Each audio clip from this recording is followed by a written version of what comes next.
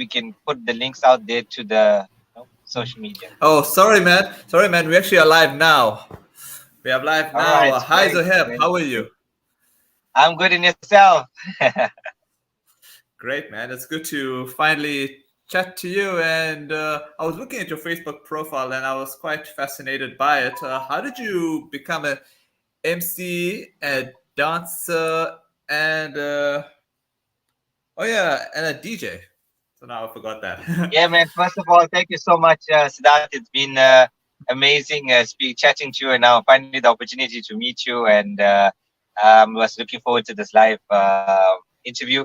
Yeah, man. So I think I'll start off by saying, the actual brand DJ Ziggy wasn't always DJ Ziggy. It started off as Okay. B-boy Ziggy, and B-boy Okay. meant breakdance. It's a very old school kind of tag, and we used to dance in school and stuff. And then eventually, all my friends stopped dancing. Then I said, you know what, I need to make this into some kind of show, because I started going on these MSC cruises, and then going to shows. And I said, you know what, I have the ability to do this on my own, so I would maybe try to mix it up with some music and some sound. And then eventually, I stopped marketing the dancing and more into the DJing, and that's how the DJ Ziggy brand was formed. But I think people in college, I was actually in the shipping industry first, and it taught me business ethics. I used to work for a shipping company. But before I can even get into that shipping company, I used to go to college, and people would ask me, "What's your name?" And I used to tell them, "My name is Zoheb," and they're like, "What, Shoaib?" I'm like, "No, it's Zozo."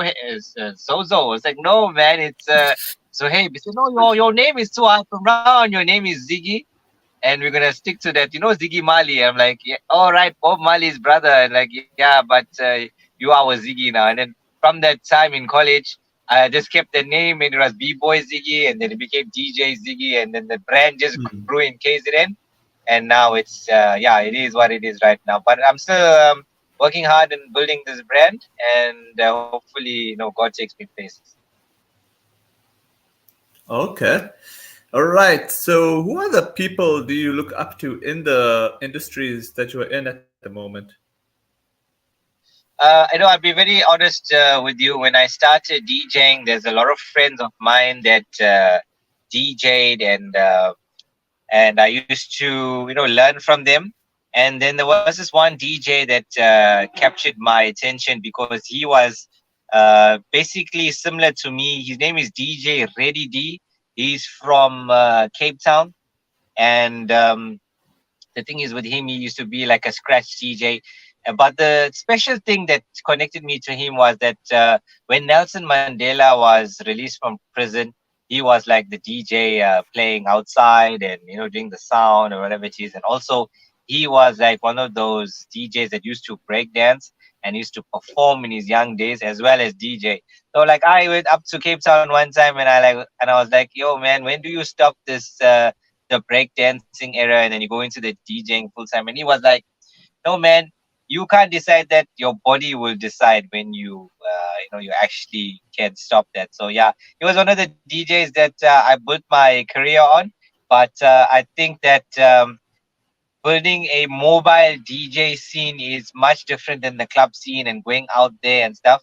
So what I did was bought my own sound and created a sound company, and then marketed the DJ Ziggy as an MC and entertainment segment, which is also dancers. And I collab with other dancers and stuff.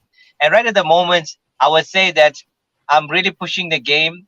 I really, really work hard, and I haven't seen a mobile DJ work harder than me. And in fact, I inspire myself. I've reached that kind of level. Wow. Yeah, man. Yeah. Yeah, yeah. So, what have been your highs in these spaces that you were in? Meaning the DJ, MC, dancing, etc. What have been your highs on this journey so far? I mean, like, what have been the highest moments? Uh, I didn't quite get the question because you cut off. Oh, the Sorry? what? The highlights. I think my highlights. Yeah, highlights. Yeah. I think that my biggest highlight that has passed it has been at Ushaka Marine World. Yeah, the biggest highlight was Ushaka Marine World. DJing there, and also having the opportunity to be a dance instructor, which is actually my profession. So I had the headset on, get everybody Wow. to dance there. And I think the next biggest highlights, it would be the MSC cruise, and that's happening at the 1st of March. So I can't wait for that. Okay, and what about the what have been like the lowest moments? Because obviously every journey will have the highs and the lowest moments. So what have been like your lowest moments so far? Yeah, I know all about that. Like you've got your good times and your bad times. That's Mm, how I would put it. I mm, think that the worst time in this career was one of these events that I was doing for one of these. I won't mention the names, but I was doing it for a very popular restaurant. okay. Takeout restaurant, and I was DJing outside, and then I had to leave to do another gig, but I had my friend DJing for me there. And before I can even leave, these managers came up to me and they said, "Hey, we're so happy to have you here," and whatever it was. And then they put a umbrella for me, which had the restaurant's name and stuff.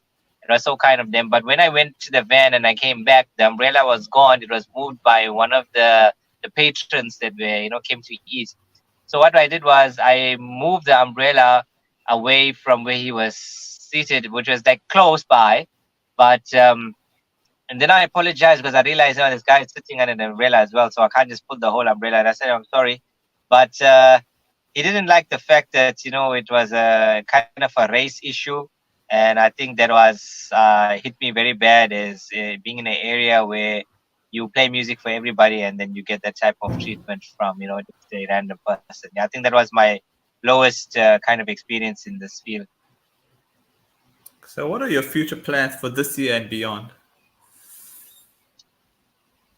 I did mention early on that I feel like I'm the most energetic, most hardworking mobile DJ, and I feel like as a one-man band so far, I got a good foundation to Hmm. be building a corporate clientele. Because when I started off, Okay.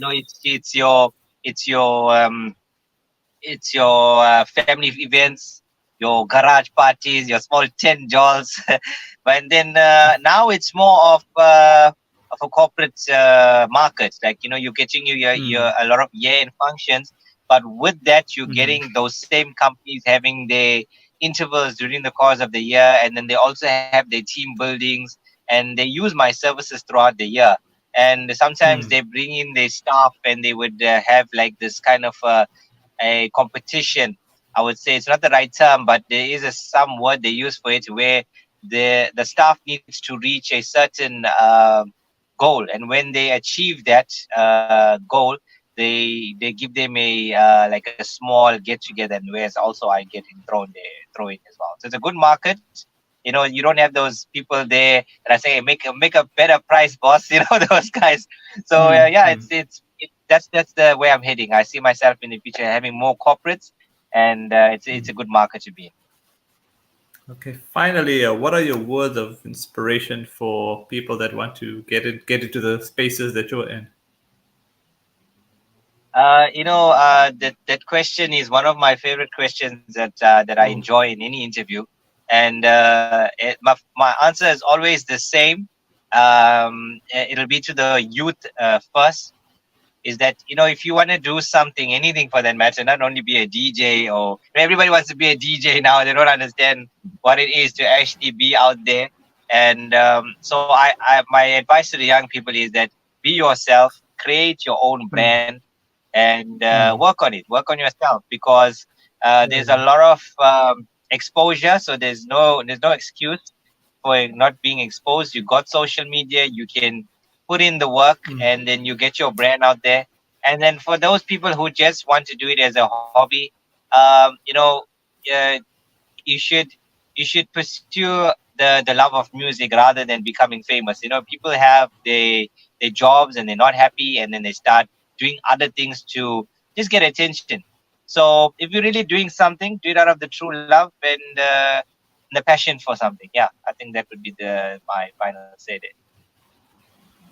Thanks so much for giving me your time and hopefully the first of many, eh? Yes, man. No, it's been only a pleasure. I know that I've been busy and haven't been prompt with the dates, but we finally done it, and it's been such a pleasure. And I hope to, yeah, we'll do many more, man. We'll do many more. Take care, I'm man. thinking maybe even one where we can be together in a studio or in a room with two microphones. We can hit it, and I can hook you up with the microphones. Don't worry, I'm the sound check. Okay, okay, okay. That's cool, man. Thanks.